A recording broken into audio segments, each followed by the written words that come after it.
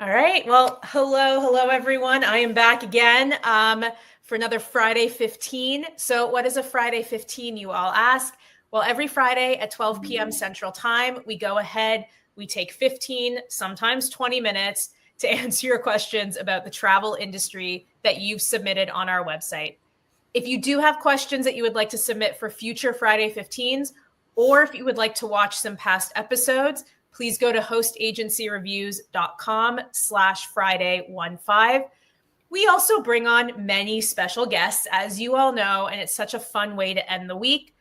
So many of you know and love our next co-host because Uniglobe Travel Center joins us all the time. So you can go back, listen to past episodes, join us today, listen to future ones that the team will join us on.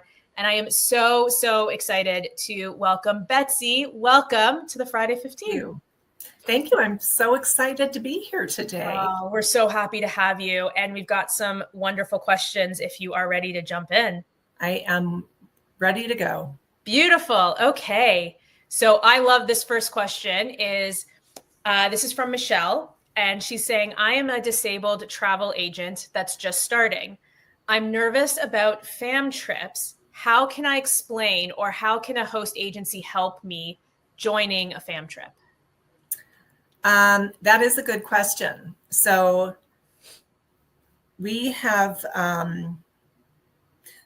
we do have that experience working with our suppliers and our advisors that have certain disabilities, and just explaining to the supplier what the disability is and what type of assistance they may need. I mean, it has to be a realistic type of fam trip for the disability. But we do talk to the supplier and explain what the disability is and make sure that they can make accommodations. And in most instances, the supplier will say, absolutely not a problem. We can accommodate that. Yeah, absolutely. I think what's wonderful, Michelle, is that the hosts work very closely with the suppliers on the FAMIL trips. A lot of FAMs are done for specific hosts. I know UTC has FAMs that are just for UTC advisors. And we actually, we had on our longer form podcast, the Travel Agent Chatter, we had Becky Kirby, who specifically goes into detail about accessible travel. We'll link that for you, Michelle, so that you can see some things that you can take a look at. But suppliers want to work with you. But yeah, like you said, Betsy, it's really about talking to the suppliers directly about your specific, the accessible needs that you have, to make sure that it's the right FAMIL for you. Absolutely. Yeah. Amazing. All right. Are you ready for question number 2? Yep.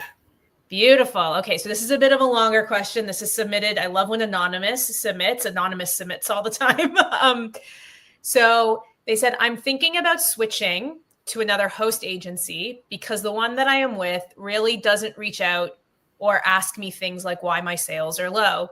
It's very difficult to find clients. I'd like to sign up with a host that will reach out to their members to help them figure out where they're struggling, and it can help be more involved.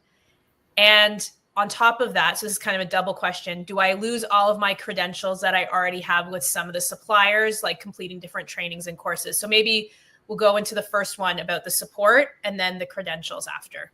All right.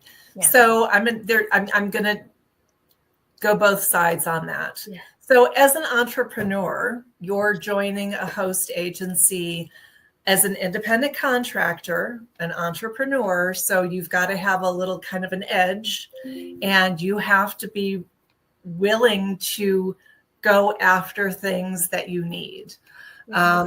If you are expecting things to come to you, then you may not succeed. And I'm telling you this because I have been doing recruiting for our host agency lately, and I've been having a lot of these discussions. That's not to say that there are not host agencies that have people that reach out to you. We as a matter of fact, do have people that reach out to you, but that's not something you should count on. You need to be able to reach out to them. You need to be able to go after the things that you need. If you don't feel like you're getting attention, then call the people at your host agency and tell them what you need. And if they don't have those things, then maybe at that point you need to start reevaluating what your needs are as an independent contractor. And as an independent contractor, you can move around whenever you feel you need to. Your host should be able to offer some level of marketing support, whether it's their marketing or the consortium marketing. They should have some sort of business development assistance, whether they have somebody that they work with, or if they have suppliers that they work with that are open to working with you. There should be something there. But again, don't wait for them to come to you. Go to them. Yeah, I could not agree with you more. I think, you are an entrepreneur as an IC to a host agency. Your host is there to support you.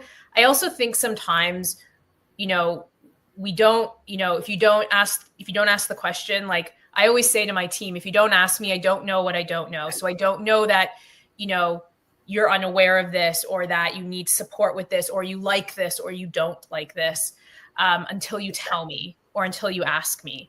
Right. So even as employees, sometimes I need somebody to reach out to me. And also I think for Anonymous, it can be very information overload sometimes, because you've got, running your business, you've got everything from the suppliers, you've got your hosts, there's so many different aspects to your business, like every other business out there. So sometimes you don't know what your host has available to you. So asking them, and they could say, oh yeah, we have this lead program. We have this, we have that, like here it all is. Oh, okay, they do have this. I just didn't realize. And I always tell people, the more engaged you are, so many of us have a number of ways to be engaged. We have annual conferences, we have Facebook pages, or we have on our intranet sites, we have a way to engage. So the more engaged you are, tends to be, the more successful advisor, because you are interacting, you're in constant communication, and you're learning new things all the time. Yeah. So take advantage of those things. We don't read minds. We're one of the smaller hosts, but I'm telling you, I can't read 500 minds. And we have lost advisors in the past because they felt that we didn't reach out to them. And I'm sorry, but we're here. I'm an email or a phone call away. Yeah. And always happy to talk. Yeah. And I think I've said on past Friday 15s as well, is that I've seen, because we get to see on, if you go onto Uniglobe Travel Center's directory on host agency reviews, you can submit questions directly to them. You all are unbelievably quick at responding to them. Right? You're one of the fastest, which is beautiful, because I get to see all that stuff in my inbox.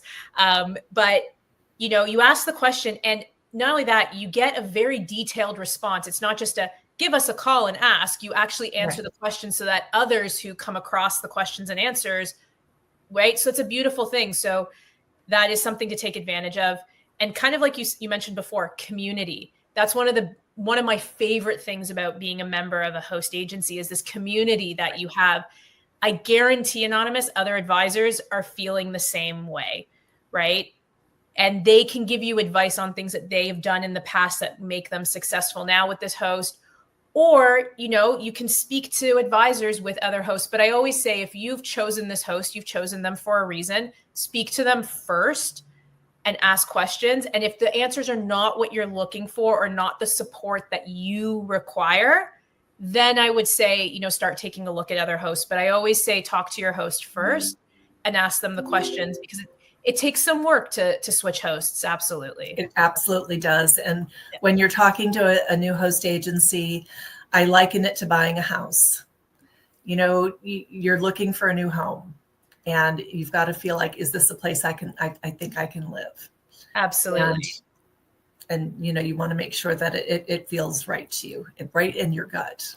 Yeah, absolutely. And the second part of that question, if I've completed other trainings and courses, do I if I did like a Norwegian training or a Regent and that goes with you wherever you go. You've completed it on your own. You've not completed it through your host. You'll take that with you for the rest of your life. Beautiful. I think Anonymous will be very happy with that answer. All right. Ready for the third and final question? Yes. Okay. This is also another long one. And Anonymous, you are just writing us some books here. So I am just stepping into starting a travel agency, and I'm at the very early stages and still working on what that would look like for me. When considering a niche and a business name, I suspect having the niche in my name can help, but does it cause issues if I want to pivot or expand to a different niche at some point in the future and possibly require a business name change and rebranding? Do you have any advice, or should I just worry about the future in the future? I would not put a niche in a business name. You're definitely putting yourself in a corner. I wouldn't worry about a niche for a while. I always tell people, don't focus on a niche, focus on the clients you want to work with, and the niche will come with that. If you want to be a luxury travel advisor, you need to find your luxury clients. And then you're going to book what your luxury clients want you to book. If you want to book cruises and your luxury clients don't want to go on a cruise, well, then you've just, cornered yourself into something that your clients don't want to do. So you're going to be out of business before you even start. So I would say start with a generic name. I see a lot of, luxury travel consultant, or Susie's super, whatever, or Betsy's boutique travel, something like that. And incorporating your name into it is really a good way to do it as well. So I would stick with something generic, kind of focusing on the client that you want to work with. If you want to work with a luxury client, incorporate luxury or something along the lines of luxury into your name. Don't incorporate the type of travel. Incorporate the type of client you want. Yeah, I like that a lot. And we actually have, which it completely aligns with what you're saying. We have an article, and we give you kind of the tips for choosing travel agency names. It is a long form article, Anonymous, but definitely make your way through it. And we have 8 steps to doing that. But the steps look like, brainstorm a list of names first. Make sure the domain is available to you. Right. Google your travel agency's name to see what happens in the giant that is Google and that is search, right? Write out a URL, see what it looks like on a business card, right? Reserve the social media URLs and handles and buy that domain. Like, it's more about your business than it is the niche. And yes, if you do decide to switch niches, then you make your life easy. You still have all these things, but these are the things that I would be focusing on first. Versus also, you may get into the industry and you may think you want one niche, but you really enjoy selling another, or you really enjoy, I'm an adventure traveler, so I think I'd enjoy selling adventure travel. But once I actually have clients, that may there might be a switch that flips, and I'm like, no, I really love luxury, right? And that's the client that I want. So I could not agree with you more, Betsy. And we'll link that article, by the way, for everybody, so you can see kind of we absolutely align with what you're saying. Well, this was a fun way to end the week. And the most important links that we're going to share right now are going to be to Uniglobe Travel Center's directory on hostagencyreviews.com. And we'll actually link to their website directly to their contact page so that you can get in touch if you're interested. Ask questions, reach out to their team. Like I said, they are incredibly quick to respond. So please ask any and all the questions, whatever is important to you, for you and your business. We've got some great guest hosts coming up in the next few weeks. We've got Dugan's Travels next week. Then we have Travel Industry Solutions coming back to join us on the 21st. We will be off for the week of American Thanksgiving, and then we will pick up with Lavarte, now part of KHM Travel, on December 5th. Please do not forget to submit your questions for the Friday 15 at hostagencyreviews.com/Friday15. Betsy, I hope you enjoyed this because we will definitely have you back soon. Well, I look forward to that. Oh, thank you. Well, we love having the UTC team here. So thank you so much. All right, everybody, have a wonderful weekend, and we'll see you all next week. Bye-bye, everybody.